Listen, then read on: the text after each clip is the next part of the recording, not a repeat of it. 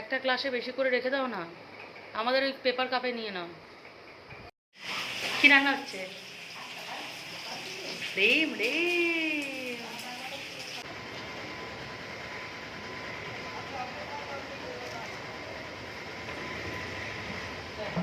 আমরা তো প্রত্যেকদিন ঘরে পূজা করি, কিন্তু এনারা সপ্তাহে একদিন পূজা করে। একটু আগে ফোনে মেসেজ এসেছে যে ট্রেন লেট। যেই ট্রেন 10টায় ছাড়ার কথা ছিল 10টা 25-এ ব্যাঙ্গালোর থেকে, সেই ট্রেন 3:30-এর পর ব্যাঙ্গালোর থেকে ছাড়বে। মানে তাকাও তাকাও, চোখ মুখ ফুলিয়ে ফেলেছে, বলছে ঘুমাইনি। হ্যাঁ, বরঞ্চ আমি 6টায় উঠেছি, এখনও কি ঘুমাইনি।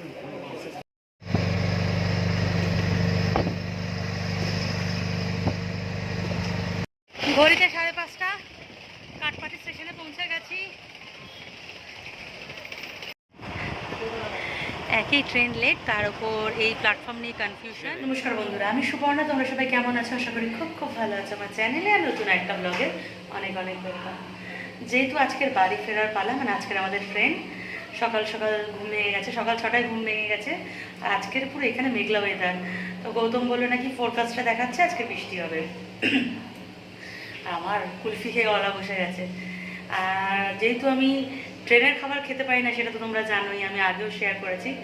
তো এখন রান্নার পালা চলছে। সকালবেলা উঠেই ছোট আলু সিদ্ধ করে নিয়েছি, ওটা আলুর দম হবে। আর আপাতত ডিম সিদ্ধ বসানো হয়েছে, একটা ডিমের কারি হবে। আর মা গৌতমরা ওই ব্রেকফাস্ট আজকে করবে না, একবার ভাত খেয়ে নেবে। আর এখন অবধি দেখাচ্ছে ট্রেনের টাইমিং লেট। জানি না ট্রেন আরও কতটা লেট হবে। এখন কটায় দেখালো গৌতম ট্রেন লেট? গৌতম বলছে 2:20 ট্রেন, এখন 3:30 দেখাচ্ছে। জানি না কতটা লেট হবে। লেট যদি জানতাম না, বিশ্বাস করো, আমরা 20 তারিখে মানে গতকাল ডাক্তার দেখিয়ে বেরিয়ে যেতাম। আমরা বুঝতেই পারলাম না। আমরা যে টিকিট এজেন্সির কাছে টিকিট কেটেছি তাদের জিজ্ঞাসা করলাম, তারা বললো ট্রেন ঠিক টাইমে চলছে। তার জন্য কালকে রিস্ক নিয়ে আমরা বেরোতে পারলাম না। আজকের বেকার একটা দিন আমাদের থাকতে হলো। তখন রান্নাবান্না করা হোক। আর আজকের ভীষণ মাথা ধরেছে, জানি না কেন, ঠিকমতো রাতে ঘুম হয়নি বলে হয়তো। কারণ রাতে ভীষণ গরম লেগেছে, একদম গ্রাউন্ডে আছে, কিন্তু কালকে রাতে এত অস্থির লাগছিল বলার মতো না। তো চলো দেখতে থাকো ব্লগটা। আমি তো ভিডিও বানাতে ব্যস্ত, এদিকে গৌতমবাবুর সকালের চা বানানো কমপ্লিট। চা খেতে খুব একটা আমি অভ্যস্ত নই, কিন্তু আজকের চাটা আমার খুব দরকার। একে তো কুলফি খেয়ে গলা ধরেছে, তার মধ্যে ঠিকমতো ঘুম হয়নি বলে মাথা যন্ত্রণা। তো আমি, মা আর গৌতম নিয়ে নেবো চা। আর এই গ্লাসে করে চা রেখে দেওয়া হচ্ছে মেয়ে আর ভাইয়ের জন্য, যেহেতু ওরা ঘুমাচ্ছে। চা খেয়ে যথারীতি গৌতমবাবু রান্নায় মনোযোগ দিয়েছিল, আর আমি আর মা লাগেজ গোছাচ্ছিলাম। কিন্তু তার ফাঁকে ফাঁকে রান্নাঘরে এসে ওকে ভীষণ বিরক্ত করছিলাম। এই ভিডিওটা দেখলেই বুঝতে পারবে ওর মুখের রিয়াকশানটা, যা রেখে গেছিল। টাকাতেই তো বললাম। একটু কি রান্না হচ্ছে? ডিম ডিম। গৌতম কিন্তু সাংঘাতিক রেগে গেছিলো, তাই ওকে আর ডিস্টার্ব করলাম না। আজ বাড়ি ফিরছি, মনে ভীষণ আনন্দ। বেকার রাগারাগি করে মনোমালিন্য করে তো লাভ নেই, সামান্য ইয়ার্কি মারতে গিয়ে আরও মনোমালিন্য হয়ে যাবে। তাই আবার চলে আসলাম হোটেলের গেটের কাছটায়। কারণ সকাল থেকেই দেখছি একটু বিশেষ তোড়জোড় হচ্ছে, আজকের যেন দিনটা একটু বিশেষ কিছু আছে এরমই মনে হচ্ছে। কিন্তু ভাষাগত সমস্যার জন্যে কিছু বোঝা সম্ভব হচ্ছে না। এই হোটেলে অবশ্য একটা বাঙালি দাদা আছে, যোগেন্দ্র দা। যোগেন্দ্র দা যেহেতু বাজারে গেছে, আমি বুঝতেও পারছি না ব্যাপারটা কি হচ্ছে। আর এই মাসিগুলো তো তামিল ভাষী, এরা তো একদমই হিন্দি বুঝতে পারে না, আর মানে হিন্দিতেও কথা বলতে পারে না, বা বাংলায়ও কথা বলতে পারে না। তো শুধু যে এই হোটেলটা বা এই লজটাই কিন্তু না, প্রত্যেকটা হোটেল বা লজ বা দোকানের সামনেই দেখলাম আজকে এরম গেটের সামনে জল দিয়ে ধুয়ে আলপনা দেওয়া হচ্ছে। চালের গুঁড়ো দিয়ে কি সুন্দর হাতের কাজ, একদম মানে দক্ষ হাতের কাজ। দেখো, এক টানেই কিন্তু আলপনাগুলো দিচ্ছে। তো আমার ভীষণ ভালো লাগছিলো। আমার তো খুব ইচ্ছা করছিলো যে আমিও দিই, একটু চেষ্টা করি। কিন্তু মানে কোনো দিন যেহেতু করিনি, তা একটু ভয় লাগছিলো। নাহলে তো আমিও বসে পড়তাম আলপনা দিতে। আমার তো এইসব জিনিস খুবই ভালো লাগে, তোমরা তো জানো। আজ সকালে গৌতমের সাথে একটু বাজারেও গেছিলাম। তো বাজারে গিয়েও দেখলাম যে প্রত্যেকটা দোকানে একটা পূজা আস্তির তোড়জোড় চলছে। মন্দিরগুলো বেশ পরিষ্কার করা হচ্ছে, মন্দিরের গেটে গেটে জল দেওয়া হচ্ছে, আলপনা দেওয়া হচ্ছে। আর এই প্রত্যেকটা হোটেলের সামনে মানে একদম ধুয়ে বড় বড়, অন্যদিন তো ছোট, প্রত্যেক দিনই এখানে গিয়ে সকালবেলা গেটের সামনে জল দিয়ে আলপনা দেওয়া হয়, কিন্তু আজকের অনেকটা জায়গা জুড়ে মানে বড় বড় আলপনা দেওয়া হয়েছে। সাউথে হলুদটাকে ভীষণ শুভ মানা হয়। তো দেখলাম গেটের সামনে প্রথমে হলুদ দেওয়া হলো, তার উপরে সিঁদুরের ফোঁটা দেওয়া হলো। যেটুকু জানলাম, আমরা তো প্রত্যেক দিন ঘরে পূজা করি, কিন্তু এনারা সপ্তাহে একদিন পূজা করে, সেটা হচ্ছে শুক্রবার। তো শুক্রবার যেহেতু পূজা হয়, সেহেতু ওনাদের এত কিছু আড়ম্বর সকাল থেকে গেটের সামনে ধুয়ে ধুয়ে সুন্দর করে আলপনা দেওয়া চালের গুঁড়ো দিয়ে, তারপর তাতে হলুদ আর সিঁদুর দেওয়া। তো খুব ভালো লাগলো জিনিসটা দেখতে, বেশ ঘরের সামনেটা খুব সুন্দর লাগছে। ঘরের সামনে হোক বা দোকান হোক বা লজ বা হোটেল, সব জায়গায় এটা ওনারা করে থাকেন। ওইদিকে আমার আলপনা দেখতে দেখতে আর ভিডিও করতে করতে গৌতমবাবু প্রায় রান্নার শেষের দিকে। এদিকে গ্রেভি বানাচ্ছে আলুর দমে, দারুণ একটা গন্ধ বেরিয়েছে। আর গৌতমবাবু রান্নাটা তো ভালোই করে, সেটা তো সবসময় বলেছি আগেও।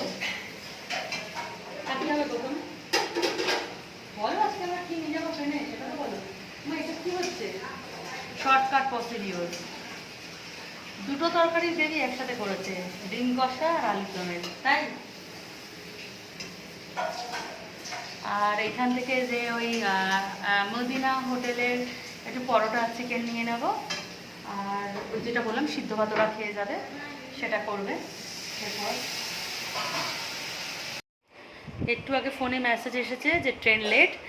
যেই ট্রেন 10টায় ছাড়ার কথা ছিল, 10টা 25-এ ব্যাঙ্গালোর থেকে, সেই ট্রেন 3:30-এর পর ব্যাঙ্গালোর থেকে ছাড়বে। মানে কাটপাটি স্টেশনে আস্তে আস্তে সেটা 7টা বেজে যাবে। তো সুতরাং এত তাড়াতাড়ি তো আর বেরিয়ে লাভ নেই। শেষ পর্যন্ত আমরা ডিসিশান নিলাম, হোটেলের একটা রুম ছেড়ে দিয়েছি এবং একটা রুম রেখেছি, কারণ এতক্ষণ স্টেশনে কি বসে থেকেও কি করব, তার জন্যে এখন আলাদা একটা প্রিপারেশন চলছিল। এখন আবার প্রিপারেশন চেঞ্জ হয়েছে, এখন ওই মা আবার ডাল আলু সিদ্ধ ভাত ঠাত করছে। দুপুরবেলা তো থাকতেই হবে, খেয়ে দিয়ে এবার বিকাল 5টার সময় মানে হোটেল ছাড়বো আমরা। তখনই সময় পাচ্ছি, একটু উঁকি দিয়ে যাচ্ছে যে কীভাবে পূজার আয়োজন করা হচ্ছে। পেতলের বাসন মেজে তাতে সিঁদুর হলুদ লাগানো হচ্ছে। গত সপ্তাহে আমি এই হোটেলেই ছিলাম, কিন্তু হসপিটালে ছিলাম বলে আর এগুলো দেখা হয়নি, কিন্তু প্রসাদ পেয়েছিলাম। ভাত টাত খাওয়া হয়ে গিয়ে রেডি হয়ে বসে আছি। মা আলু সিদ্ধ ডাল সিদ্ধ ভাত করেছিল, সিদ্ধ ভাত খেয়ে নিয়েছি। আর এখন শুধু টাইম গুনছি, আর উৎসাহ তো ফোন ঘাটছে, ছেড়েই দেওয়ার কথা। টোটাল সব কিছু গোছানো হয়ে গেছে, লাগেজ টাগেজ। এখন মানে ট্রেনের টাইমিংয়ের জন্য আমরা বেরোতে পারছি না, বুঝতেও পারছি না কটায় বেরোবো কটায় কি। তাও এখন অবধি লাস্ট দেখালো যে 3টের সময় ব্যাঙ্গালোর থেকে ছাড়বে এবং 6টায় কাটপাটিতে আসবে। তো সুতরাং ইচ্ছা আছে 4টের মধ্যে আমরা হোটেলে চেক আউট করে নেবো, চেক আউট করে নেবো। আমি তো গৌতমকে বললাম আমাকে রেখে যাও, 3 মাস পর এসে আবার ট্রিটমেন্ট শুরু করে দেবে, আমি হোটেলে থেকে যাই। কোথায়? ওই বাসনে। ঘড়িতে 4:30। ট্রেন যা লেট, এই টেনশন নিয়ে আর হোটেল রুমে বসে থাকা যাচ্ছে না। গত 2 সপ্তাহ ধরে আমরা এই রুমটায় ছিলাম, এটাই আমাদের ঘর ছিল। না না, এটা ভেবে একদমই দুঃখ হচ্ছে না, কারণ 3 মাস পর আবার আসতে হবে। রুমটা অবশ্য এটা নাও হতে পারে। অলরেডি সবাই হোটেলের গেটের সামনে চলে এসেছে, এবারে অটো আনতে হবে। আর এটা হচ্ছে যোগেন্দর দা, হোটেলের স্টাফ, ভীষণ ভালো মানুষ।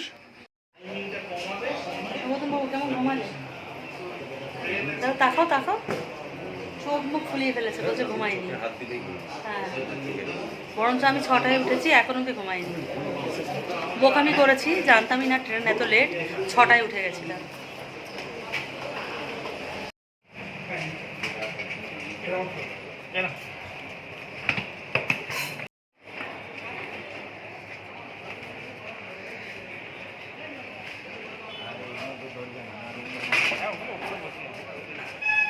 প্রতিবারই যখন যাওয়ার সময় হোটেল থেকে অটোতে উঠি, কার্তিক মন্দিরের গলি হয়ে সোজা মেন রোডে উঠে পড়ে। তো সুতরাং আর সিএমসির দিকে আসতে হয় না। কিন্তু এবার অটো মানে কার্তিক মন্দির হয়ে ঘুরে আবার সিএমসির দিকে নিয়ে চলে এসেছে। দেখে তো আমি প্রথমটা একটু ঘাবড়ে গেছিলাম যে কি হলো, আবার সিএমসি হসপিটাল বাড়ি যাওয়ার সময়ও। তারপর দেখলাম অটো সোজা চলে গেল জুবলি গেটের পাশে একটা রাস্তা, মানে গলি মতো আছে, সেই গলির ভিতর থেকে গলি গলি হয়ে তারপর মেন রোডে উঠলো। মেন রোডে উঠতেই একটু শান্তি পেলাম। কেন কি জানি এত মনে ভয় লাগছিল, মনে হচ্ছিল সিএমসি হসপিটাল বা ভেলোর হয়তো আমাকে আর বাড়ি ফিরতে দেবে না। পালিয়ে যাবো বা কোথায়? 3 মাস পর যে আবার আসতে হবে। তো কাঠপাটি স্টেশনে চলে এসেছি। ঘড়িতে 5:30, একদম লাস্টে 4 নম্বর, যেখান থেকে আমরা আসলাম যেদিনকে। ঘড়িতে 5:30, কাঠপাটি স্টেশনে পৌঁছে গেছি।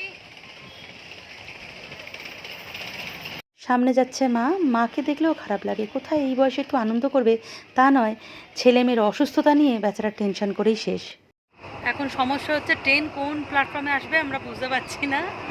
3-এ কি 4-এ, একটা অ্যাপে দেখাচ্ছে 4-এ, একটাতে 3-এ। অবশ্য জিআরপিএফ যারা আছে তারা বলছে 3-এ আসবে। আমরা এখন 3 আর 4-এর মাঝখানে ওভারব্রিজে দাঁড়িয়ে আছি। একই ট্রেন লেট, তার উপর এই প্ল্যাটফর্ম নিয়ে কনফিউশন। এই কনফিউশন নিয়ে আজকের ব্লগটা এন্ড করছি। তো বাই বাই ভেলোর। দুঃখের বিষয় 3 মাস পর আবার আসতে হবে ট্রিটমেন্টের জন্যে। বারবার ভাবি আর আসবো না, কিন্তু কি করব, মানে ভেলোর হোক আর সিএমসি হোক আমাকে খুব ভালোবেসে ফেলেছে, তাই বারবার আমাকে ডেকে নিচ্ছে। তো চলো, তোমরা সবাই ভালো থেকো, সুস্থ থেকো, বাই।